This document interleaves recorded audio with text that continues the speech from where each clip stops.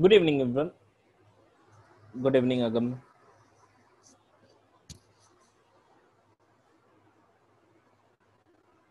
Good evening, Anshu.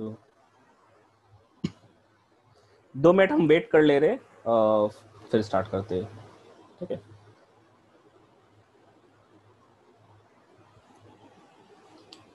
कोई बताएगा कहाँ तक लास्ट हुआ था?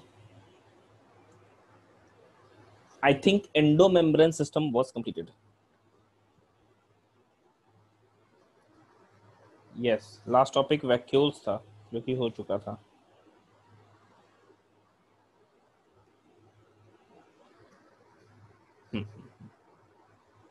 Thank you.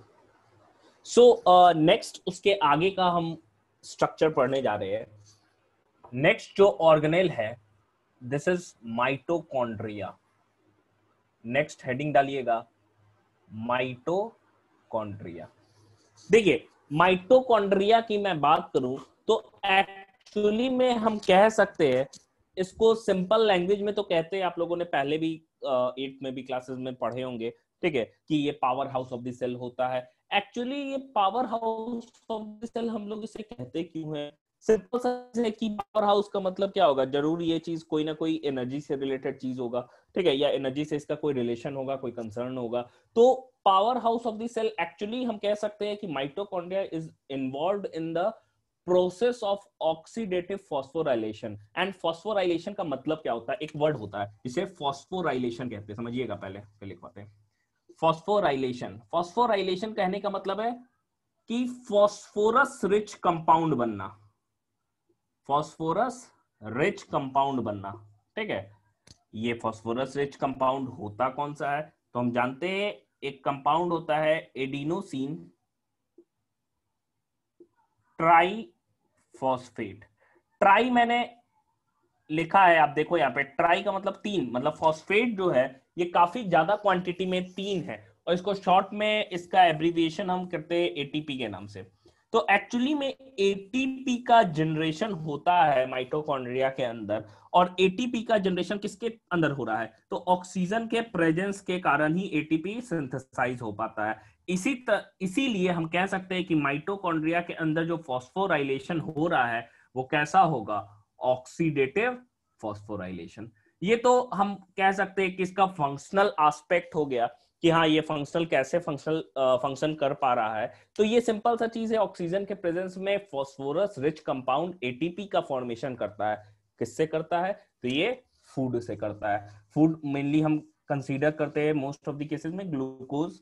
ग्लूकोज जो है ये टूट के साइटोप्लाज्म में एंटर होता है तो पाइरुविक एसिड में टूट जाता है, पाइरुविक एसिड में. और उसके बाद से ये पाइरुविक एसिड अगर उसको ऑक्सीजन मिलता है तो वो माइटोकॉन्ड्रिया के अंदर जाके क्या होता है? एटीपी रिलीज करता है. अब एटीपी बनता क्यों है, समझिएगा इसको. अगर मैं स्ट्रक्चर की बात करूं, ठीक है, ये तो सिंपल है, इसको हम लोग कह रहे हैं. अगर समझिए एटीपी बनता क्यों है, अगर मान लो ये माइटोकॉन्ड्रिया, सिंपल समझना, ये सर्कल माइटोकॉन्ड्रिया, इसके अंदर एडीपी है, एडिनोसिन डाइफॉस्फेट. फॉस्फेट अलग है. अब मान लो खाने को तोड़ा गया, तो खाने को तोड़ा गया तो एनर्जी जाहिर सी बात है निकलेगी, और ये एनर्जी को अगर ऐसे ही छोड़ दिया जाए तो वेस्ट हो जाएगा, ठीक है, डिफ्यूज करके हीट एनर्जी के रूप में वेस्ट हो जाएगा. तो उसको क्या किया जाता है? उसको एक बॉन्ड के रूप में स्टोर किया जाता है. तो इस एनर्जी को एक बॉन्ड के रूप में स्टोर किया जाता है, और ये बॉन्ड फॉस्फेट और एडीपी के बीच बनता है. इसीलिए ये रिजल्टेंट कंपाउंड क्या हो जाता है? डाई से क्या हो जाता है?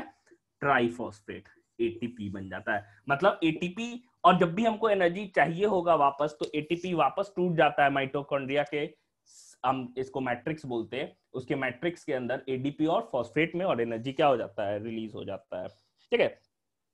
तो यही है मेजर हमारा ऑर्गेनेल, जो कि ये इस ऑर्गेनेल को एक और टर्म हम लोग देते हैं. क्यों भाई?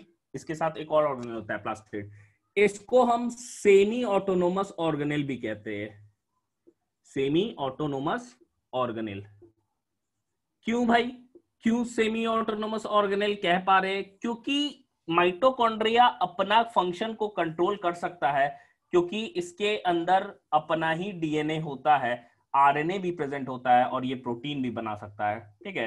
तो अपना प्रोटीन सिंथेसिस मशीनरी प्रेजेंट होता है। एक्चुअली प्रोटीन का सिंथेसिस किस टाइप का प्रोटीन बनेगा ये डिपेंड करता है कैसा आरएनए में सीक्वेंस होगा, और आरएनए में कैसा सीक्वेंस होगा ये कौन डिसाइड करता है? डीएनए। तो अल्टीमेटली कोडिंग कौन डिसाइड कर रहा है? डीएनए ही कर रहा है। तो एक सेंट्रल डॉगमा हम कहते हैं। सेंट्रल डॉगमा मतलब एक सीक्वेंस है क्या भाई? तो डीएनए आरएनए बनाएगा और आरएनए प्रोटीन बनाएगा, और प्रोटीन ही फंक्शन को कंट्रोल करता है। डीएनए के टेम्पलेट पे, डीएनए पे आरएनए का बनना इस चीज को ट्रांसक्रिप्शन कहते हैं, ट्रांसक्रिप्शन। और आरएनए पे प्रोटीन का बनना इसे ट्रांसलेशन कहते हैं। तो प्रोटीन कैसा बनेगा, कैसे ट्रांसलेट होगा, कैसा सीक्वेंस प्रोटीन में रहेगा, वो डिपेंड करेगा किस पे? आरएनए पे। और आरएनए में कैसा होगा? वो डीएनए पे। तो हम कह सकते हैं कि प्रोटीन में एक्चुअली कंस्टिट्यूएंट कौन डिसाइड कर रहा है? डीएनए ही कर रहा है। तो क्योंकि इसमें अपना प्रोटीन सिंथेसिस मशीनरी होता है, जिस वजह से इस ऑर्गेनेल को हम लोग सेमी ऑटोनोमस ऑर्गेनेल कहते हैं। सेल में एक और ऑर्गेनेल होता है, एनिमल सेल में यही इकलौता है सेमी ऑटोनोमस, लेकिन प्लांट में एक और होता है, प्लास्टिड्स। प्लास्टिड्स क्या होते हैं? उनमें भी अपना हम कह सकते हैं कि ये सिंथेसाइजिंग मशीनरी होता है। ठीक है, तो यहां तक सबको समझ में आया? बोलिएगा।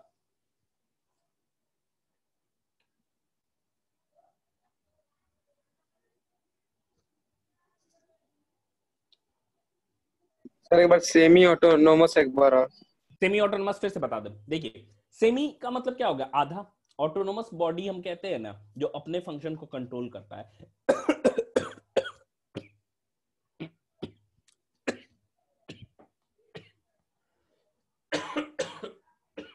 Excuse me.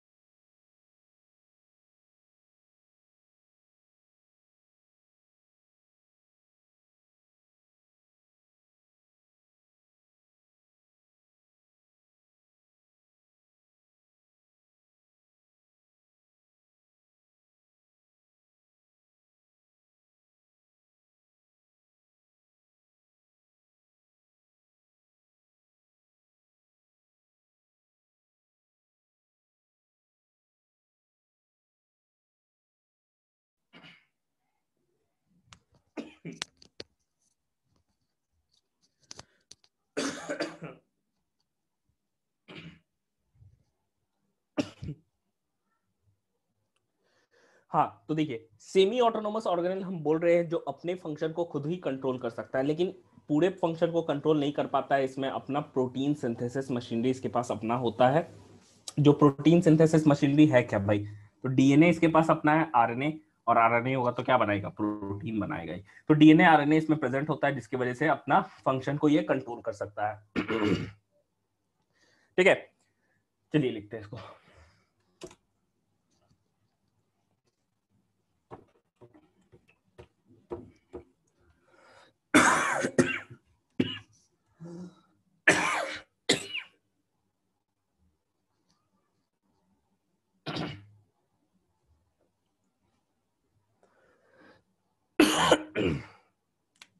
सबसे पहले साइंटिस्ट कॉलिकर नाम के साइंटिस्ट थे, इन्होंने ऑब्जर्व किया था माइटोकॉन्ड्रिया को 1880 में, फर्स्ट ऑब्जर्व्ड। लेकिन इसका नाम जो दिया था वो बेंडा ने दिया था। Benda named it.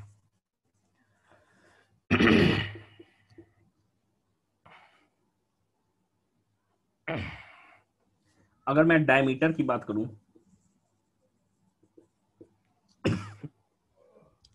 तो 0.2 से 1 माइक्रोमीटर होता है। अगर मैं लेंथ की बात करूं तो लेंथ इसका 1 से 4.1 माइक्रोमीटर होता है। ये इसका जनरल हम कह सकते हैं। नॉर्मली सेल में अगर मैं नंबर की बात करूं तो 1000 से लेके 1600 पर सेल होता है। अगेन ये नंबर जो है वो वेरी करेगा फ्रॉम एक्टिविटी टू एक्टिविटी, या हम कह सकते हैं फ्रॉम सेल टू सेल। जैसा सेल की एक्टिविटी रहेगी वैसे वो वेरी करेगा। जितना ज्यादा एक्टिव होगा सेल उतना ज्यादा ये होगा, माइटोकॉन्ड्रिया का नंबर प्रेजेंट होगा। देखिए दोस्तों,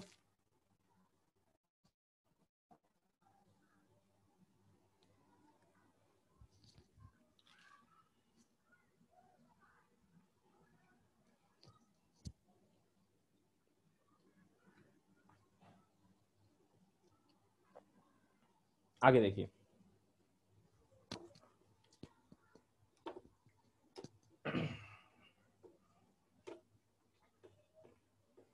अगर इसके स्ट्रक्चर की बात कर रहे हैं, स्ट्रक्चर की बात कर रहे हैं तो ये डबल मेम्ब्रेन होता है।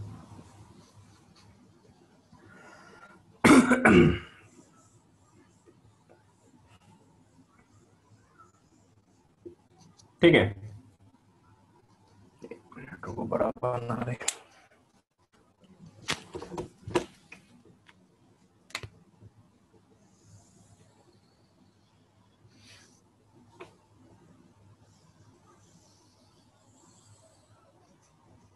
शेप इसका सॉसेज शेप होता है। दो मेम्ब्रेन से घिरा होता है, आउटर मेम्ब्रेन और इनर मेम्ब्रेन। इनर मेम्ब्रेन इसके मैट्रिक्स के तरफ कुछ इनफोल्डिंग्स बनाते हैं। ठीक है, ये वाला हमारा आउटर मेम्ब्रेन हो गया, आउटर मेम्ब्रेन। ठीक है, ये वाला क्या हो गया, इनर मेम्ब्रेन, इनर मेम्ब्रेन। ठीक है, ये जो बीच में स्पेस है आउटर और इनर मेम्ब्रेन के बीच, इसे पेरी माइटोकॉन्ड्रियल स्पेस कहते हैं। Peri mitochondrial space, peri mitochondrial space. Inner membrane अंदर की तरफ, ये जो इसका पार्ट है इसे हम मैट्रिक्स कहते हैं, मैट्रिक्स कहते हैं। मैट्रिक्स के साइड इनर इनफोल्डिंग्स बनाते हैं इनर मेम्ब्रेन, और इन इनफोल्डिंग्स को हम लोग क्रिस्टा कहते हैं, क्रिस्टा, प्लूरल क्रिस्टी होता है। ठीक है, अंदर इसका अपना एक सर्कुलर हम कह सकते हैं डीएनए प्रेजेंट होता है। इसके अंदर राइबोसोम्स भी प्रेजेंट होते हैं, इसके अंदर राइबोसोम्स भी प्रेजेंट होते हैं। ठीक है, इसके अंदर आरएनए भी प्रेजेंट होता है।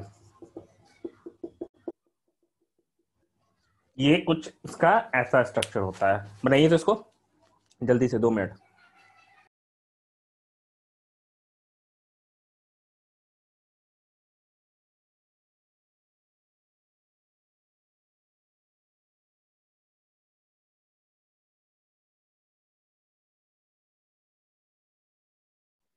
सर तो सर डॉट डॉट टाइप के सर जो हैं वही आरएनए होते हैं।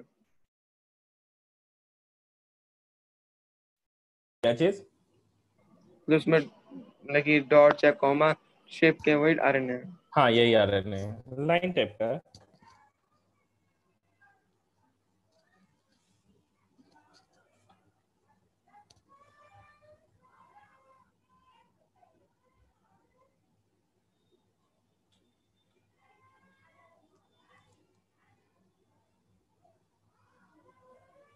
हो गया।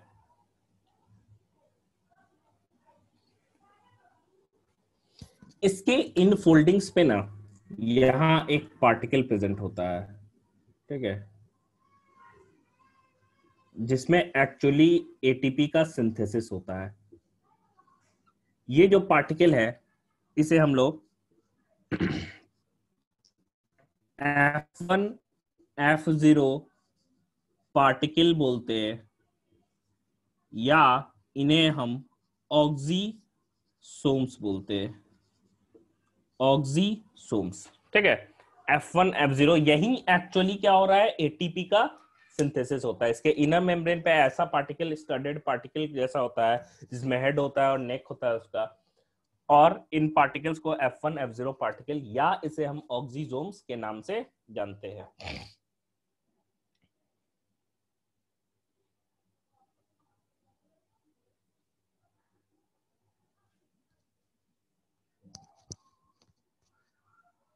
हो गया? Yes sir. नहीं बना पूरा? बन गया। 1880 में ऑब्जर्व किया था कॉलिकर।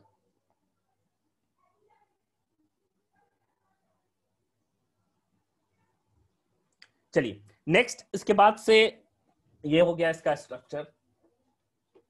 कुछ पॉइंट्स हम लिख लेते हैं इसमें।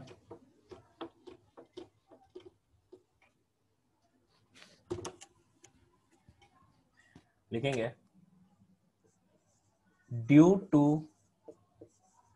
Presence of its own protein synthesis machinery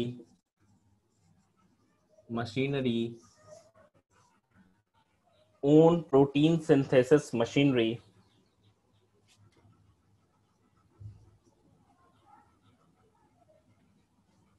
own protein synthesis machinery, it can control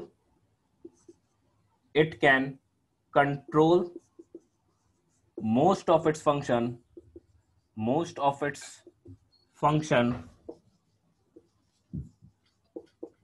so called as semi autonomous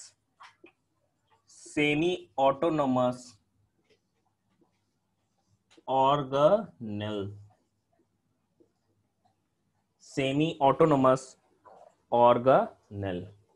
ठीक है।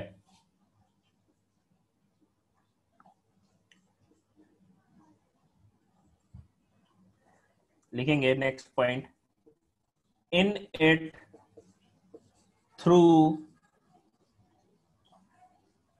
oxidative phosphorylation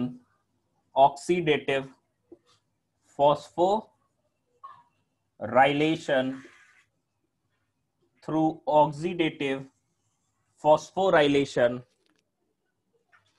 in it through oxidative phosphorylation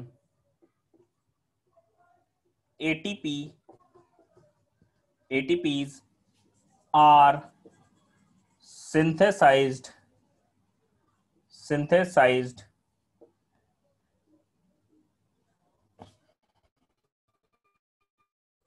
and it also stores it so called as लिखिए तो वहां तक आगे लिख रहे।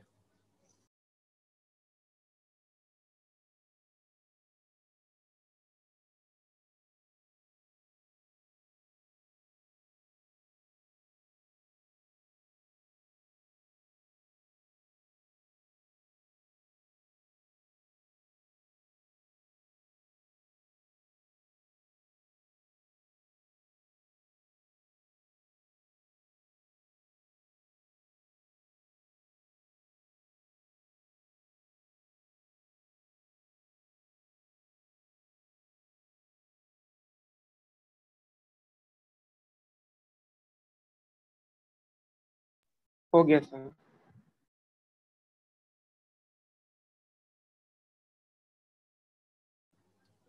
हो गया। चलिए, सो कॉल्ड एज, इसे हम लोग क्यों कह रहे हैं, powerhouse of the cell, powerhouse of the, so called as powerhouse of the cell of the cell. यही मेनली हमको माइटोकॉन्ड्रिया के बारे में पढ़ना है, ठीक है।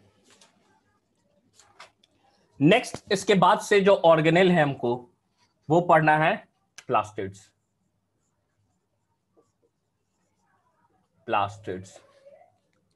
ठीक है। ब्रैकेट में कर लीजिएगा, ओनली इन प्लांट्स में ही पाए जाते हैं, एनिमल्स में ये ऑर्गेनेल एब्सेंट होते हैं।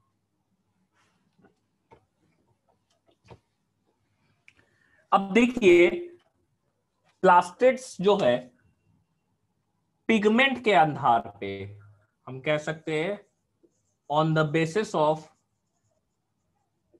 पिगमेंट, पिगमेंट इसमें कौन सा प्रेजेंट है, ठीक है, इसके आधार पे 3 तरह के प्लास्टिड्स होते हैं। इसके आधार पे 3 तरह के प्लास्टिड्स होते हैं। कौन सा पिगमेंट है? अगर इसमें ग्रीन पिगमेंट होता है, ग्रीन पिगमेंट, ठीक है, तो ग्रीन पिगमेंट होगा तो इसका नाम हम लगते हैं क्लोरोप्लास्ट। क्लोरोप्लास्ट, क्लोरोप्लास्ट का हम कह सकते हैं प्रॉपर्टी क्या है? It can trap the solar energy, solar energy को ट्रैप कर सकता है। और सोलर एनर्जी को ट्रैप करेगा तो क्या करेगा? हम लिख सकते हैं इसका फंक्शन क्या हो जाएगा? परफॉर्म फोटोसिंथेसिस, फोटोसिंथेसिस, ठीक है। दूसरा हम बात कर रहे हैं, मान लो पिगमेंट है, ग्रीन कलर, कलरफुल है, लेकिन अदर देन ग्रीन है, अदर देन ग्रीन। जैसे क्या हो सकता है? एग्जांपल रेड हो सकता है, येलो हो सकता है, ये सब कलर प्रेजेंट होगा। तो वैसे प्लास्टिड को हम क्रोमोप्लास्ट कहते हैं। क्रोमो मतलब, क्रोमा मतलब कलर होता है, क्रोमोप्लास्ट। अब क्रोमोप्लास्ट का काम क्या होगा? तो आप देखते हो फ्लावर क्या होता है, या फ्रूट कलरफुल होता है, फ्लावर के पेटल्स कलरफुल होते हैं, लाल होते हैं, पीले होते हैं। तो ये क्यों है भाई? क्योंकि इंसेक्ट को अट्रैक्ट करेगा पॉलिनेशन के लिए, तो इसी कारण से वो क्या होता है? कलरफुल होता है, ठीक है। तो कलरफुल का पर्पस क्या है? हम लिख सकते हैं provide coloration, coloration to flowers, fruits, flowers, fruits, etc. flowers, fruits, etc. ठीक है। नेक्स्ट और लास्ट है, कोई कलर नहीं है, कोई पिगमेंट नहीं है, नो पिगमेंट।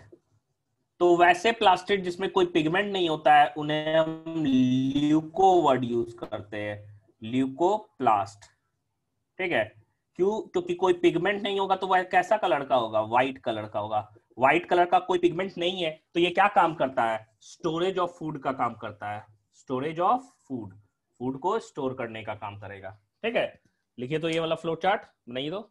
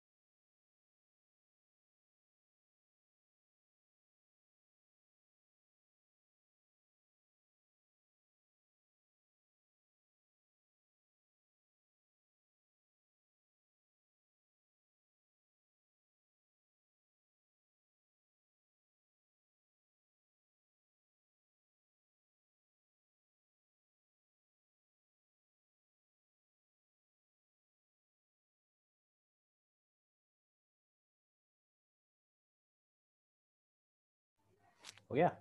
देखिए अब मान लो ये ल्यूकोप्लास्ट है, ठीक है, हम बात कर रहे हैं ल्यूकोप्लास्ट की। तो एक और है, ल्यूकोप्लास्ट का भी टाइप होता है कि कौन सा वो फूड स्टोर करता है। फूड तो स्टोर कर रहा है, लेकिन कौन सा वाला कर रहा है, इस पे टाइप होता है। हम लिख सकते हैं नेक्स्ट, ल्यूकोप्लास्ट। ल्यूकोप्लास्ट क्या है? किस बेसिस पे? On the basis of type of food stored, type of food it stores, ठीक है। कितने तरह का होता है? ये 3 तरह का होता है, ठीक है। अगर वो स्टोर कर रहा है क्या? स्टार्च, तो इसका नाम होता है एमाइलोप्लास्ट, एमाइलोप्लास्ट। अगर वो स्टोर कर रहा है प्रोटीन, तो इसका नाम होता है एल्यूरो। प्रोटीन के लिए वर्ड एल्यूरॉन यूज करते हैं, तो एल्यूरोप्लास्ट, ठीक है। अगर वो ऑयल या फैट को स्टोर कर रहा है, तो इसे हम क्या कहेंगे? इलायोप्लास्ट। इलायोप्लास्ट, ठीक है। लिखिए तो।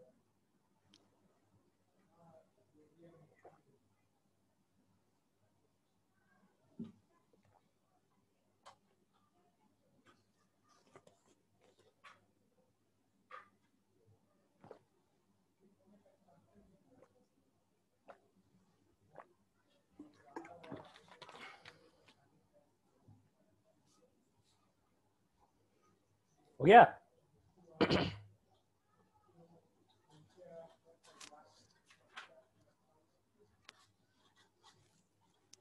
मिटा रहे।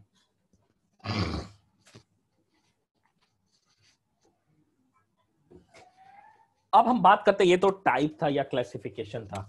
अब हम कुछ पॉइंट्स लिख लेते हैं प्लास्टिड्स के बारे में। आप जानते हो प्लास्टिड्स भी क्या है? एक डबल मेम्ब्रेन ऑर्गेनेल है।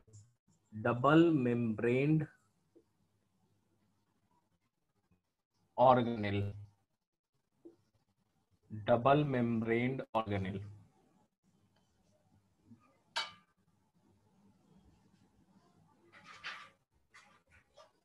दूसरा क्या हो गया? अगर मैं नंबर की इसकी बात करूं, ठीक है, कितना ही प्रेजेंट होता है, तो हम कह सकते हैं कि ये डिपेंड करता है साइज पे। अगर जनरली एवरेज हम माने तो 5 से 10 तक ही प्रेजेंट होता है। लेकिन लीफ के मेजोफिल सेल्स में 20 बहुत ज्यादा होता है, 20 से 40 क्या, क्योंकि ये बड़ा ऑर्गेनेल होता है, ठीक है। तो ये माइटोकॉन्ड्रिया की तरह 1000-2000 नहीं प्रेजेंट होगा। ये क्या है? 20 से 40 रहता है मेजोफिल ऑफ लीफ में, सबसे ज्यादा यही रहता है जहां पे फोटोसिंथेसिस सबसे ज्यादा होता है, मेसोफिल ऑफ लीव्स या लीफ, ठीक है। ये इसके नंबर की बात कर रहे हैं हम लोग। सर मेजोफिल मतलब सर? मेसोफिल हम कहते हैं लीफ में, लीफ को अगर काटेंगे ना, मान लो कि ये लीफ है, ठीक है, ये लीफ है, अगर इसको हम लोग देख रहे हैं साइड से, समझो ये लीफ का पत्ता है, तो हमको नजर आएगा कि ऊपर के सरफेस पे ये एपिडर्मिस होता है, एपिडर्मिस के नीचे एक सेल्स प्रेजेंट होता है ऐसे। और ये सेल्स का कैरेक्टरिस्टिक क्या है? बाकी प्लांट सेल की तुलना में क्यों लीफ में सबसे ज्यादा फोटोसिंथेसिस होता है? बाकी सब भी प्लांट पार्ट तो, स्टेम भी तो बहुत सारा ग्रीन कलर का होता है, तो उसमें फोटोसिंथेसिस काफी कम होता है। क्यों? क्योंकि लीफ में जो सेल्स है वो स्पेशल है। क्यों? क्योंकि उसमें क्लोरोप्लास्ट का नंबर ज्यादा होता है, जितना ज्यादा क्लोरोप्लास्ट उतना ज्यादा फोटो, तो उन्हीं सेल को मेसोफिल कहते हैं। Next, like mitochondria, like mitochondria, it is also a semi-autonomous organelle. It is also a semi-autonomous organelle, ठीक है।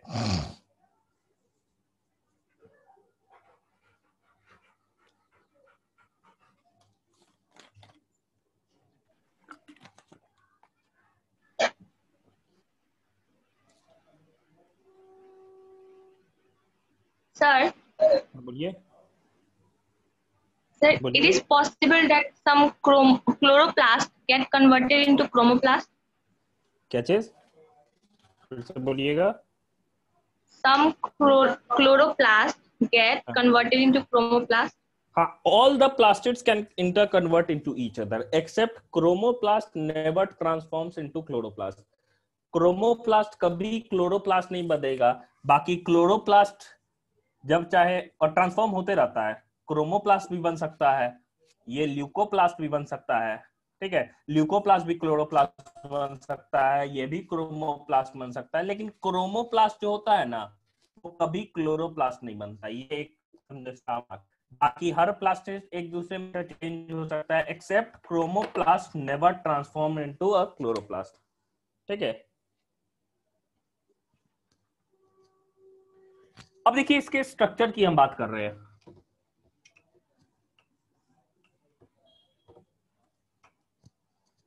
इसके स्ट्रक्चर की बात कर रहे हैं।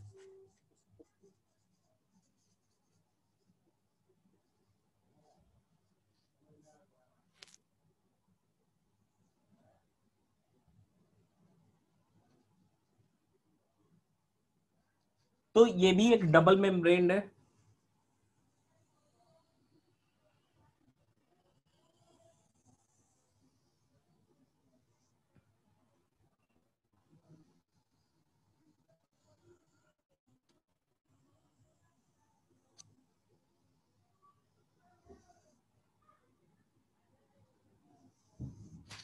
ये क्या हो गया, आउटर मेम्ब्रेन।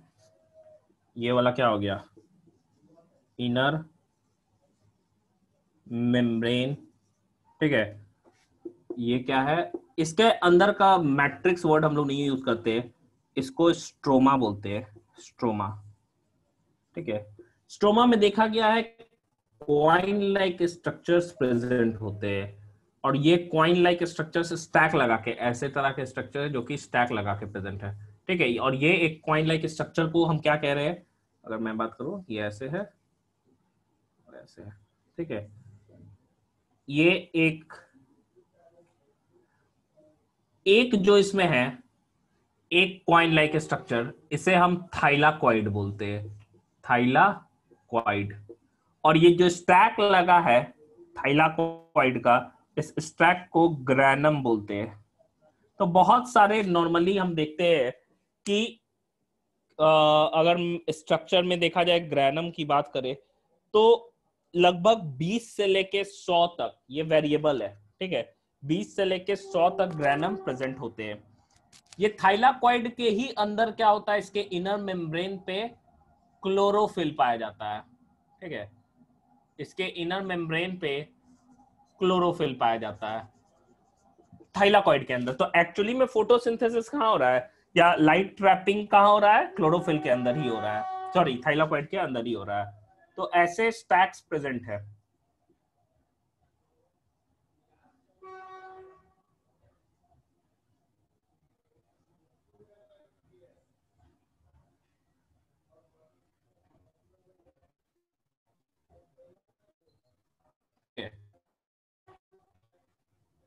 ये सब ग्रैनम हो गया। और ये ग्रैनम के थाइलाकॉइड्स एक दूसरे से कनेक्टेड भी बहुत होते हैं। ठीक है, और ये जो कनेक्टेड है जिस थाइलाकॉइड से, इसको स्ट्रोमा थाइलाकॉइड बोलते हैं, स्ट्रोमा थाइलाकॉइड, या इसी को स्ट्रोमा लैमेली भी बोलते हैं, थाइलाकॉइड। ये भी सेमी ऑटोनोमस ऑर्गेनेल है। तो इसमें भी क्या होगा, हम कह सकते हैं इसमें भी अपना एक डीएनए प्रेजेंट होगा, इसमें भी क्या होगा, राइबोसोम्स प्रेजेंट होंगे, इसमें भी क्या होगा, आरएनए प्रेजेंट होगा। तो ये स्ट्रक्चर हो गया किसका, क्लोरोप्लास्ट का। बनाइए तो इसको।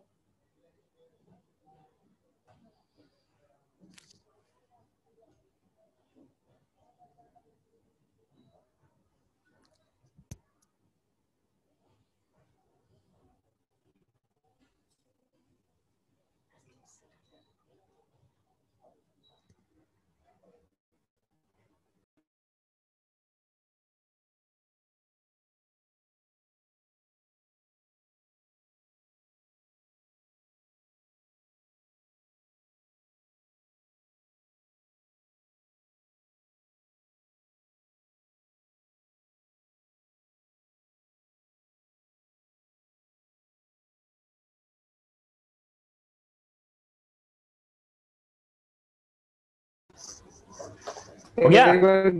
ग्रेनियम और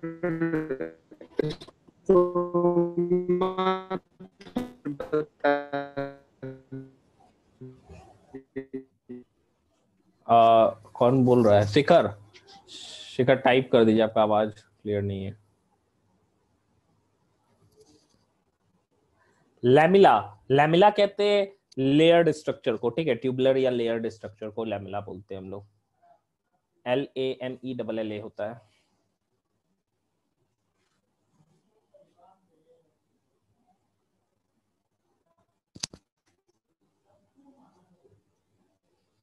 हाँ, क्या बोल रहे थे शिखर?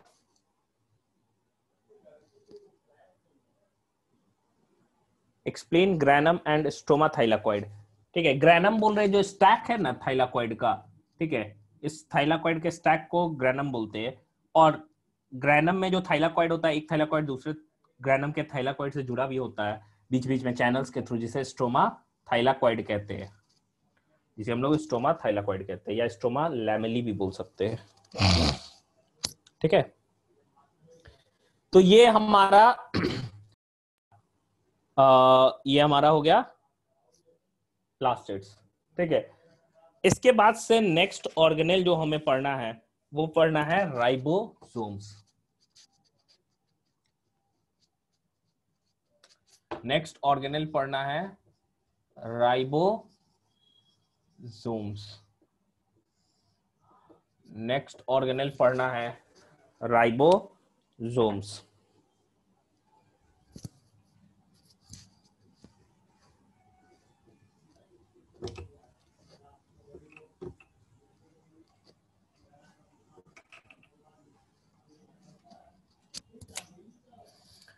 देखिए राइबोसोम्स है क्या, तो ये एक नॉन मेम्ब्रेन बाउंड ऑर्गेनेल है। नॉन मेम्ब्रेन बाउंड ऑर्गेनेल है जो प्रोकैरियोटिक और यूकैरियोटिक दोनों सेल्स में पाए जाते हैं। ठीक है, found in both prokaryotic as well as eukaryotic cells, but the size differs, size में अंतर होता है, साइज differs। ठीक है,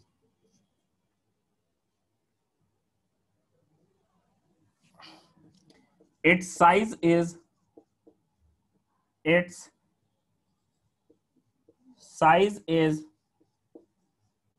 measured by Swedberg यूनिट, और इसे ही हम सेडिमेंटेशन कोफिशिएंट बोलते हैं। स्वेडबर्ग साइंटिस्ट का नाम है। कोफिशिएंट, सेडिमेंटेशन कोफिशिएंट का मतलब क्या हो गया, सेडिमेंट कितना जल्दी कर रहा है, जितना भारी होगा उतना जल्दी करेगा, जितना बड़ा होगा उतना जल्दी सेडिमेंट किया। कोफिशिएंट represented या denoted by small s, denoted by small s, denoted by small s।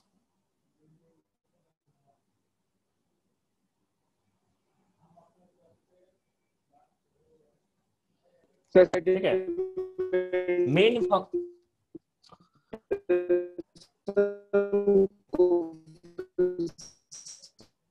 Video नहीं आ रहा है, विनायक लीव करके फिर से ज्वाइन कीजिएगा अगर वीडियो नहीं आ रहा है तो।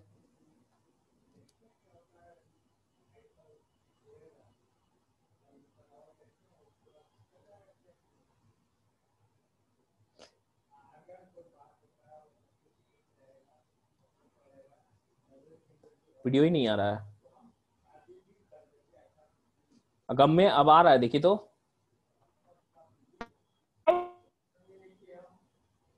मेरी कनेक्टिविटी तो काफी अच्छी है, आपकी पुअर होगी। देखिए तो, जिनका भी वीडियो नहीं आ रहा है वो फिर से लीव करके फिर से ज्वाइन कीजिए। सेडिमेंटेशन कोफिशिएंट कहने का मतलब क्या होता है? ठीक है, नहीं आ रहा है अनुष्का, आपका भी नहीं आ रहा है। ये क्या हो रहा है? अब आ रहा है ना? ठीक। सेडिमेंटेशन कोफिशिएंट होता है कि मान लो कि किसी चीज को हम गोल गोल रोटेट कर रहे हैं, गोल गोल रोटेट कर रहे हैं, तो रोटेट करके छोड़ दिए, तो कौन सबसे लेट से बैठेगा? जिसकी डेंसिटी सबसे कम होगी वो क्या होगा, लेट से लेट से बैठेगा। जिसकी डेंसिटी ज्यादा होगी वो क्या होगा, जल्दी बैठ जाएगा। तो यही चीज है। ठीक है, साइड हट जाए। ओके,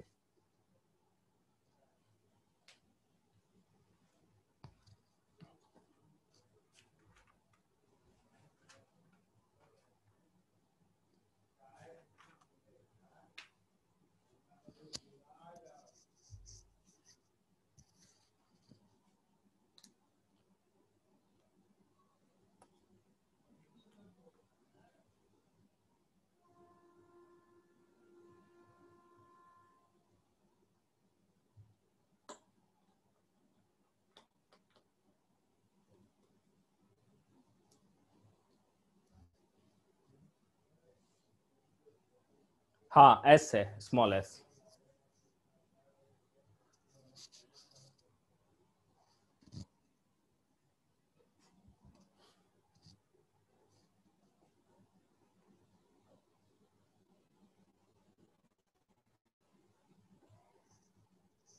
हो गया। देखिए मेन फंक्शन इसका क्या होता है, हम कह सकते हैं its function is protein synthesis. Protein synthesis, ठीक है, its function is protein synthesis.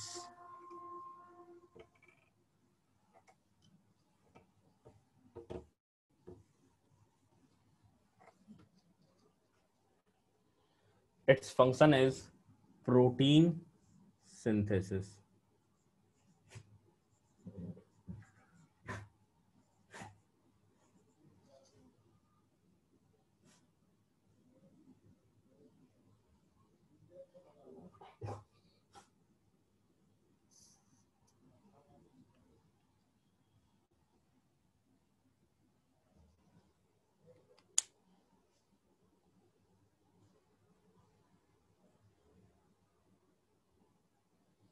देखिए प्रोकैरियोटिक की हम बात कर रहे हैं, प्रोकैरियोट्स की बात कर रहे हैं, तो इसमें जो टाइप होता है वो 70s टाइप का होता है।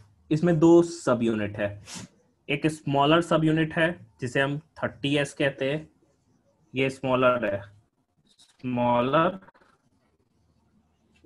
सब यूनिट, सब यूनिट, ठीक है। दूसरा हो गया लार्जर सब यूनिट, 50s होता है, लार्जर सब यूनिट, ठीक है। एक स्मॉलर हो गया, लार्जर हो गया। दूसरे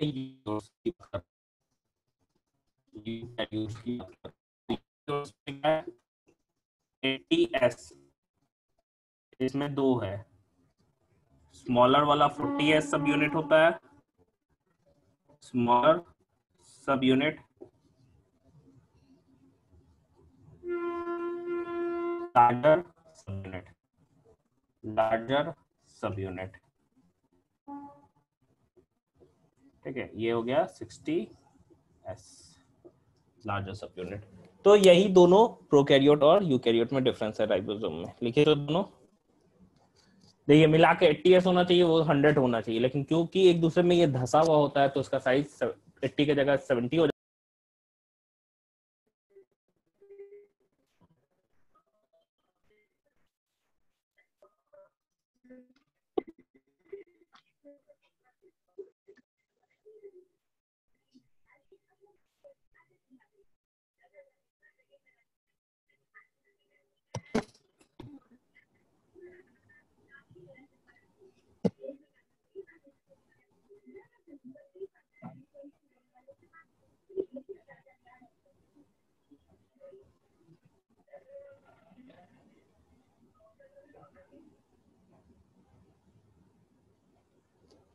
देखिए तो इसको, देखिए यही है, साइज में ही डिफरेंस है, एक प्रोकैरियोट में 70s का होता है, यूकैरियोट में 80s का होता है।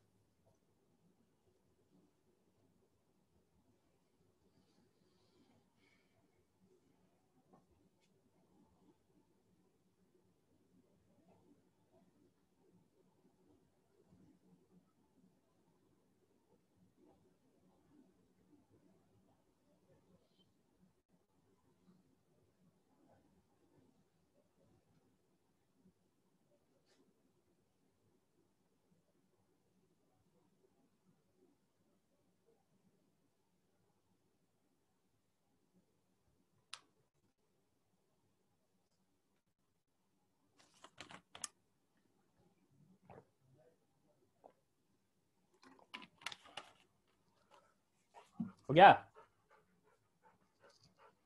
चलिए नेक्स्ट, नेक्स्ट जो ऑर्गेनेल है वो है centriole, centrioles.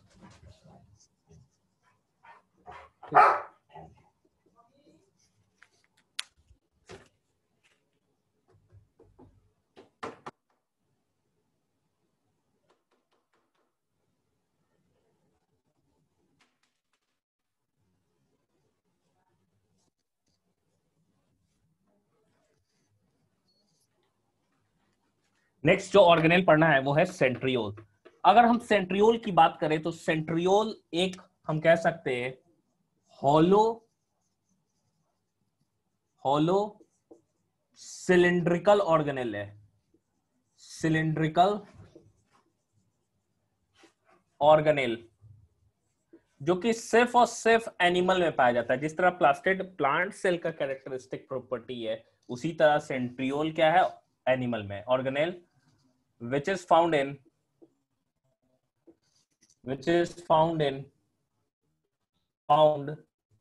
only in animal cell।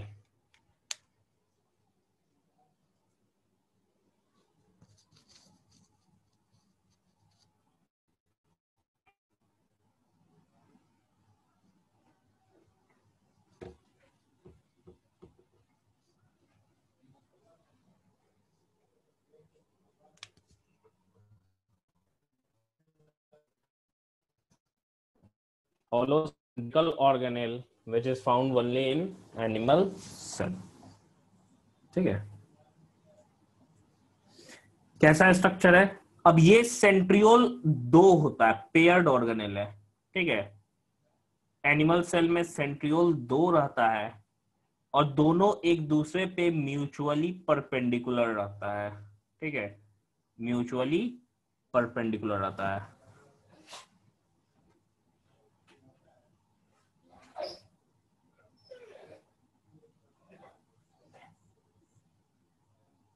ठीक है, ये दोनों क्या हो गया? सेंट्रियोल हो गया, सेंट्रियोल हो गया, ये सेंट्रियोल हो गया, सॉरी।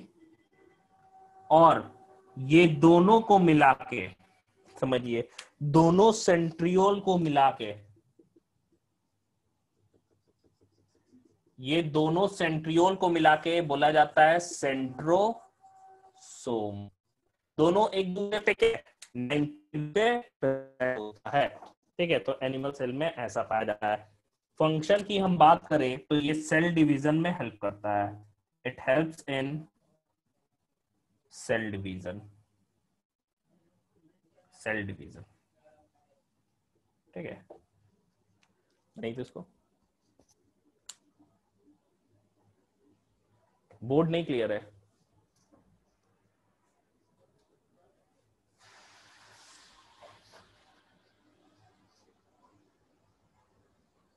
वीडियो ही नहीं क्लियर है।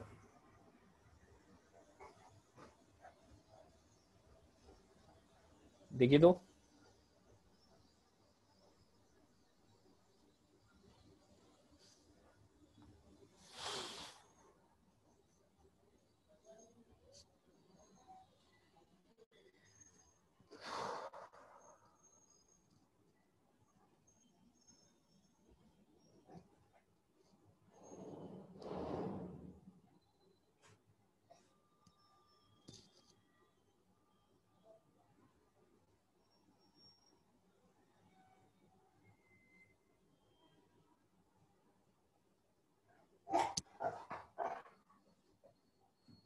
हो गया? अच्छा, लास्ट टॉपिक है ये, पढ़ लीजिए। जो नहीं दिख रहा है वीडियो में देख लीजिएगा।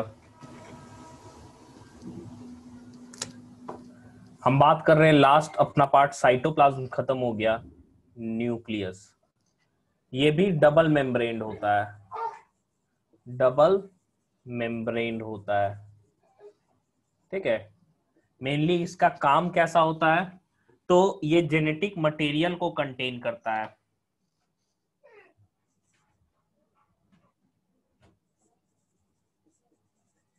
Contains genetic material. ठीक है, देखिए कैसे हो रहा है, एक ही लाइन में समझिएगा, आपको समझ में आ जाएगा। ये न्यूक्लियस है, ये इसका जेनेटिक मटेरियल है जब ये डिवाइड नहीं कर रहा होता है। ठीक है, हम लिख सकते हैं सेल नॉट डिवाइडिंग, कुछ कुछ टर्म से क्लियर हो जाएगा आपको। तब इसके जेनेटिक मटेरियल को क्रोमेटिन मटेरियल बोलते हैं या क्रोमेटिन बोलते हैं। ठीक है, जब सेल डिवाइड नहीं कर रहा है तो इसके जेनेटिक मटेरियल को क्रोमेटिन बोल रहे हैं। जब सेल डिवाइड करने को आता है तो इसका क्या होता है, क्रोमेटीन कंडेंसेशन होता है।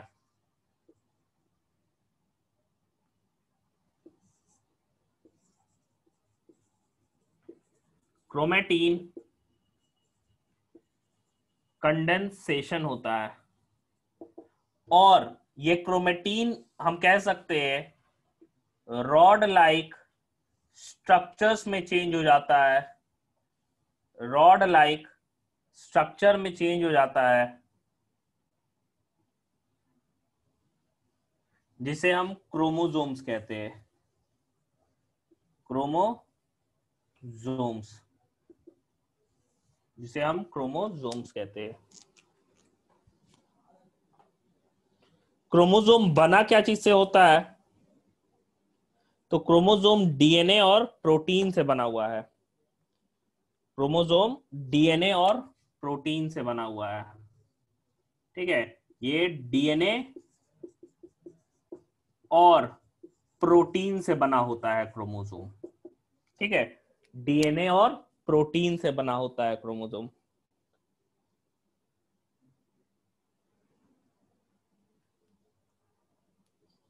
लिखिए तो,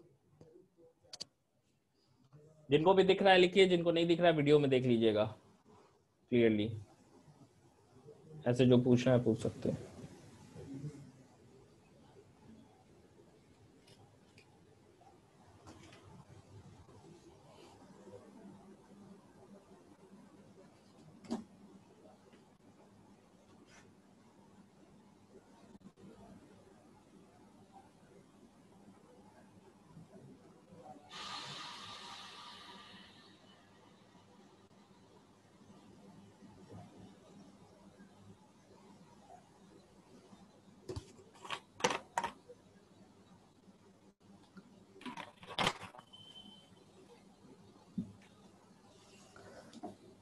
हो गया।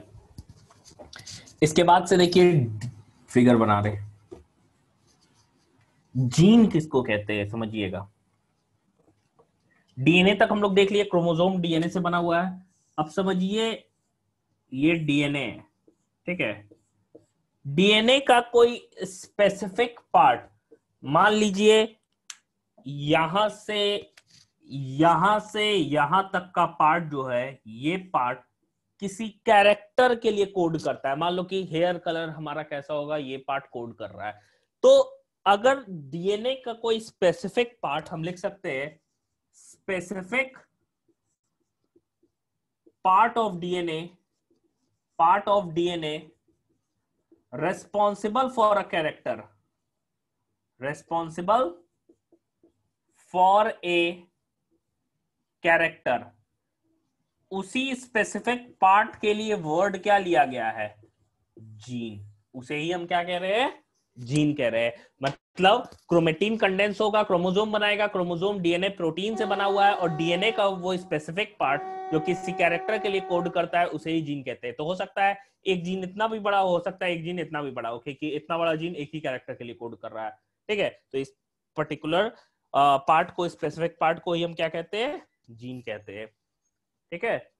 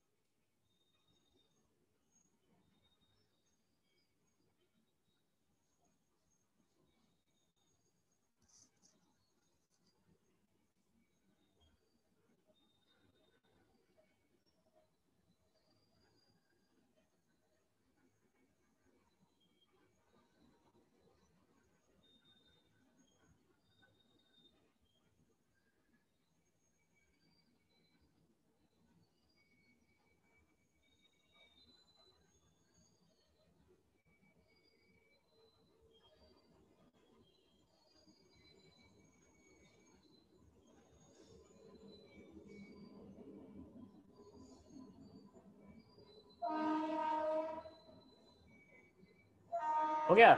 तो ये हमारा सेल चैप्टर कंप्लीट हो गया, ठीक है। ये हमारा सेल चैप्टर पूरी तरीके से कंप्लीट हो गया। इतना ही पढ़ना था सेल में। सेल में शुरू से हम लोगों ने स्ट्रक्चर को देखा, स्ट्रक्चर में सेल का डिस्कवरी वगैरह देखा, हिस्ट्री देखा, फिर स्ट्रक्चर में हम लोगों ने सबसे पहले सेल बाउंड्रीज देखा, फिर साइटोप्लाज्म, फिर लास्टली ये था न्यूक्लियस। हमारा सेल पूरी तरीके से पूरा हो गया, ठीक है। इतना ही हमें इन्हीं स्ट्रक्चर्स के बारे में, इतनी ही चीजों के बारे में जानना था।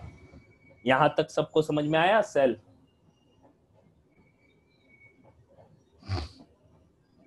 सेल समझ में आया? नहीं आया? आया? अच्छा आया।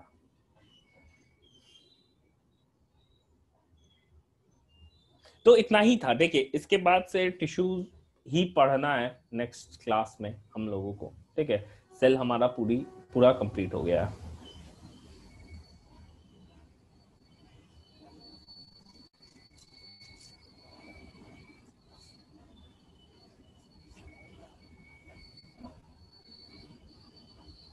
ओके, नेक्स्ट क्लास में क्विज ले लेंगे इस चैप्टर का।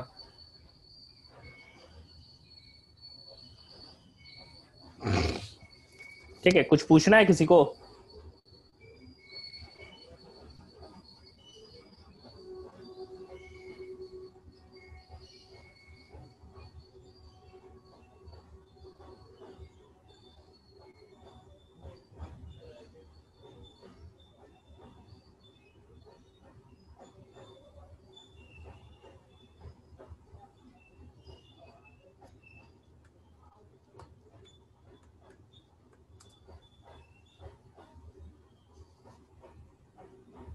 सेल मेम्ब्रेन ब्रेक करेगा तो सेल मर जाएगा। आरएनए के बारे में क्या पूछना है आयुष? आरएनए हम कहते हैं ये एक सेंट्रल डॉगमा मेंशन कर लीजिएगा, वो वाला जो हम लिखवाए थे, स्टार मार्क करके मेंशन कर लीजिएगा। सेंट्रल डॉगमा, सेंट्रल डॉगमा क्या है भाई? तो डीएनए टेम्पलेट पे ट्रांसक्रिप्शन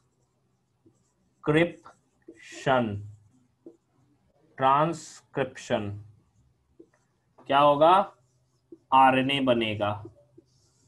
आरएनए से हम कह सकते हैं ट्रांसलेशन होगा। ट्रांसलेशन तो क्या बनेगा? प्रोटीन। प्रोटीन बनेगा, ठीक है। डीएनए, आरएनए एंड प्रोटीन, यही चीज बन रहा है।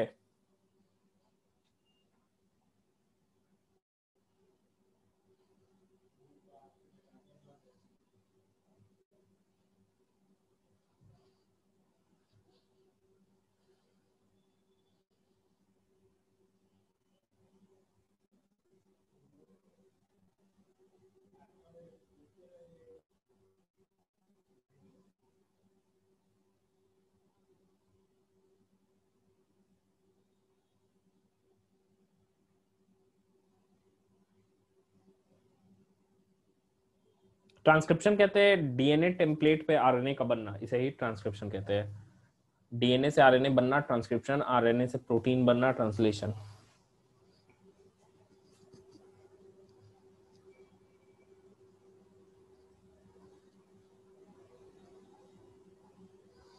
और कुछ नोट डाउन कर लीजिए वाला।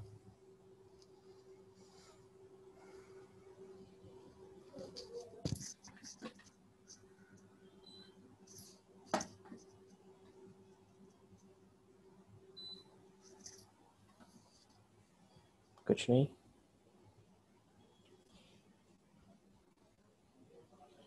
ओके चलिए तब एंड कर रहे। Bye bye everyone.